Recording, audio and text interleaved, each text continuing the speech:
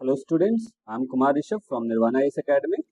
आप लोगों के रिक्वेस्ट पे आज आ रहा है तीसरा करंट अफेयर का वीडियो, ठीक है, जो कि India state of forest report 2023, जो कि एग्जाम पॉइंट ऑफ व्यू से काफ़ी इंपॉर्टेंट टॉपिक है।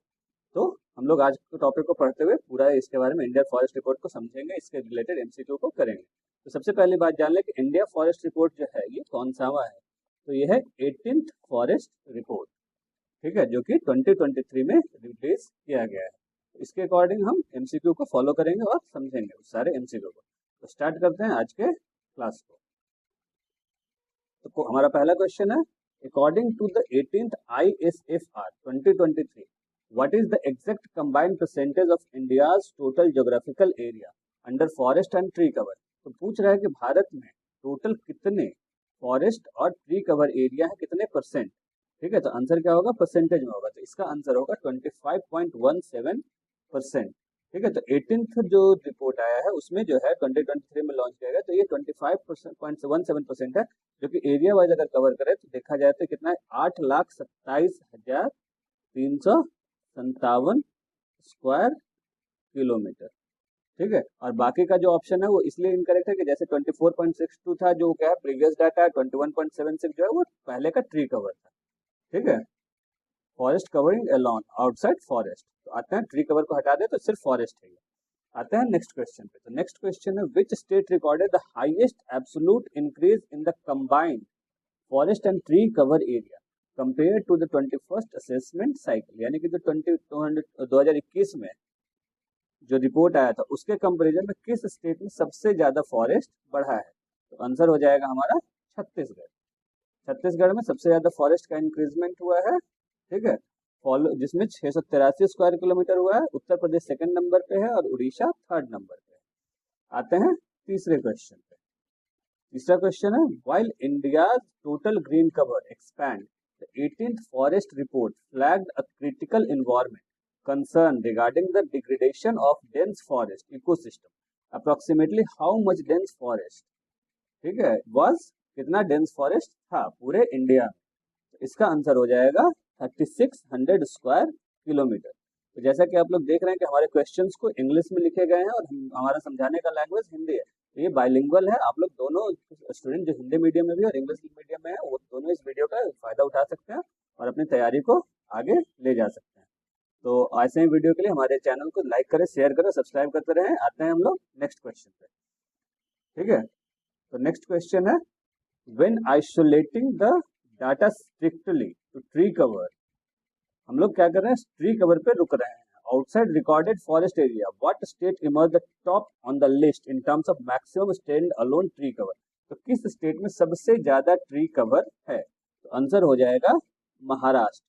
महाराष्ट्र में सबसे ज्यादा ट्री कवर यानी कि आउटसाइड फॉरेस्ट ट्रीज है, ठीक है, जो कि कितना है, जो है 14,524.88 स्क्वायर किलोमीटर, जो नेशन में फर्स्ट रैंक होल्ड करता है। सेकंड पे आता है राजस्थान और थर्ड पे है उत्तर प्रदेश, ठीक है। और मध्य प्रदेश जो एरिया वाइज सबसे ज्यादा फॉरेस्ट को कवर करता है। आते हैं नेक्स्ट क्वेश्चन पे।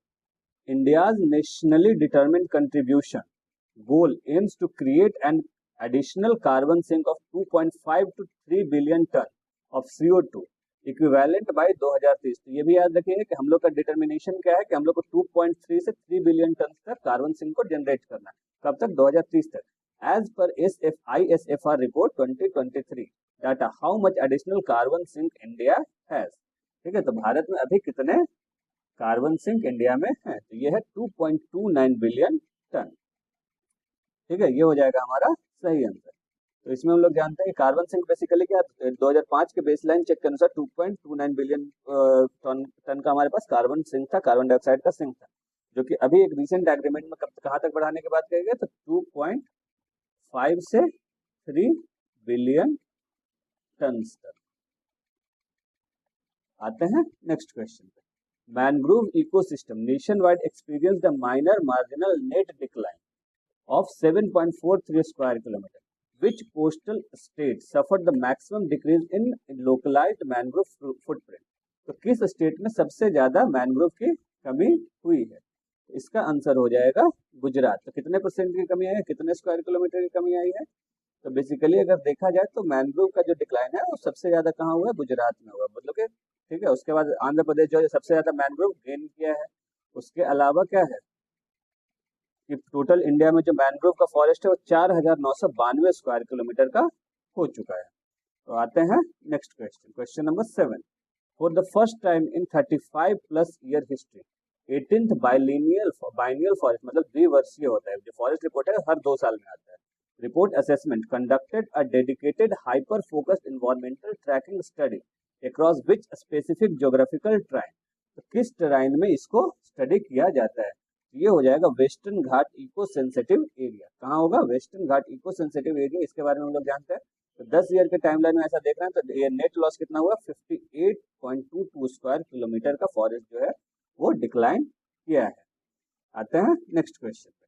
The FSI track forest fire dynamics across the country. Which Indian state recorded the single highest count of localized forest fire incident hotspot during the tracking cycle?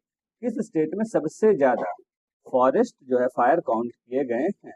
तो answer हो जाएगा उत्तराखंड। क्या होगा? उत्तराखंड। ठीक है। तो पाइन नीडल्स एक्यूमुलेशन के कारण वहां पे कुछ ज्यादा ही फॉरेस्ट फायर हुए हैं। फॉलोड बाय उड़ीसा और देन छत्तीसगढ़, यानी कि सेकंड नंबर पे कौन है? उड़ीसा और उसके बाद छत्तीसगढ़। आते हैं next question. If a territory's canopy cover density drops strictly below 10%, how is the land segment formally characterized by Forest Survey of India? Forest survey of India के तहत इसको किस तरीके के कैटेगरी में रखा जाएगा? तो ये हो जाएगा हमारा scrub forest. Scrub forest generally क्या होता है कि जहाँ पे कैनोपी डेंसिटी 10% से कम हो। ठीक है, बिलो 10%, यानी कि 10% से कम हो कैनोपी डेंसिटी, तो उसको क्या बोलेंगे? स्क्रब। ओपन फॉरेस्ट क्या होता है कि 10% से ज्यादा हो लेकिन 20% से कम हो, ये 20 to 40%, उससे 40% से कम हो। नन फॉरेस्ट एरिया क्या हो जाएगा? इसके अनुसार हम लोग परसेंटेज वाइज इसको डिवाइड कर देते हैं।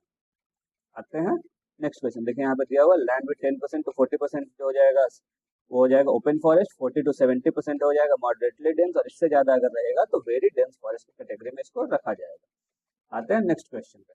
Shifting cultivation, commercial infrastructure development and localised human pressure caused a collective net decline of forest cover across which major macro region of India?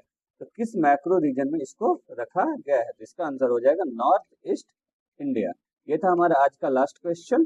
ठीक है, जिसमें को हम लोग अगर देखें तो नॉर्थ इंडिया में क्या है कि negative trend across North India चला है, which has lost a total of 327 square kilometre of forest cover. ठीक है, due to shifting cultivation. Shifting cultivation से भी हमारे एग्जाम में बहुत सारे क्वेश्चन पूछे जाते हैं, तो इसके डिफरेंट डिफरेंट नेम से डिफरेंट डिफरेंट जगह पे जाना जाता है। तो आप हमें कमेंट बॉक्स में बताइए कि शिफ्टिंग कल्टीवेशन को किन किन जगहों पे किस किस नाम से जाना जाता है। और ऐसे ही वीडियोस के लिए हमारे चैनल को लाइक करें, शेयर करें और सब्सक्राइब करें। तब तक के लिए थैंक यू।